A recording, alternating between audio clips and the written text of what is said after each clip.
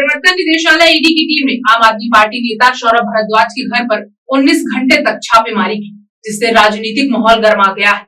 छापेमारी के बाद भारद्वाज ने ईडी को सीधे चुनौती देते हुए एक बड़े खुलासे का वादा किया है, पूरे मामले को पलट सकता है। बता दें कि 26 अगस्त को सौरभ भारद्वाज के चिराग स्थित दिल्ली आवास पर ईडी की टीम ने लगभग 19 घंटे तक छापेमारी की। छापेमारी के बाद ईडी अधिकारी वहां से चले गए, जबकि आम आदमी पार्टी कार्यकर्ताओं ने सौरभ भारद्वाज को कंधे पर उठाकर नारेबाजी की।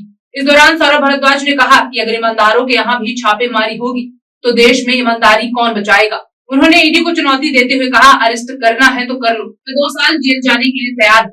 हम अरविंद केजरीवाल के चेले हैं और किसी से नहीं डरते।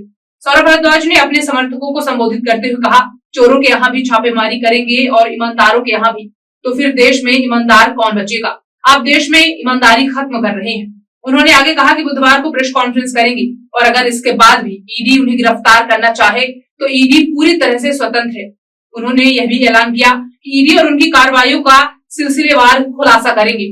ईडी ने बहुत कोशिश की लेकिन कुछ नहीं मिला। सौरभ भारद्वाज ने कहा कि डॉक्यूमेंट के नाम पर ईडी को उनके घर से केवल 2 एफिडेविट मिले। इनमें से एक चुनाव 2025 के लिए दिया गया था और दूसरा हेल्थ डिपार्टमेंट ने हाई कोर्ट में प्रस्तुत किया। उन्होंने बताया कि ईडी ने क्या क्या पूछा, इसका विस्तृत खुलासा प्रेस कॉन्फ्रेंस में करेंगे, जिससे कई चौंकाने वाले तथ्य सामने आएंगे। भारद्वाज ने कहा, हो सकता है कि खुलासों के बाद ईडी फिर से मेरे घर आए और गिरफ्तारी करे।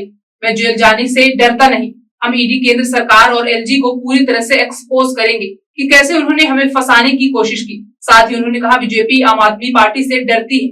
दिल्ली के विपक्षी नेता और पूर्व मुख्यमंत्री अतीशी ने कहा कि ईडी ने सौरभ भारद्वाज के आवास पर लगभग 20 घंटे तक तलाशी ली। उन्होंने इसे ध्यान भटकाने की कोशिश करार दिया और कहा, आम आदमी पार्टी की ताकत यह है कि वह कभी झुकती नहीं और इसी वजह से बीजेपी आपसे डरती है।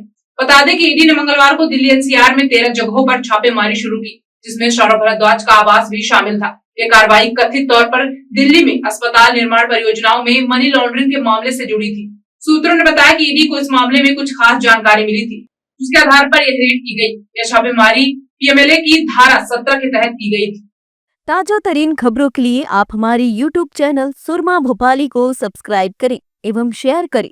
आप हमें Facebook, Instagram और X पर भी फॉलो कर सकते हैं।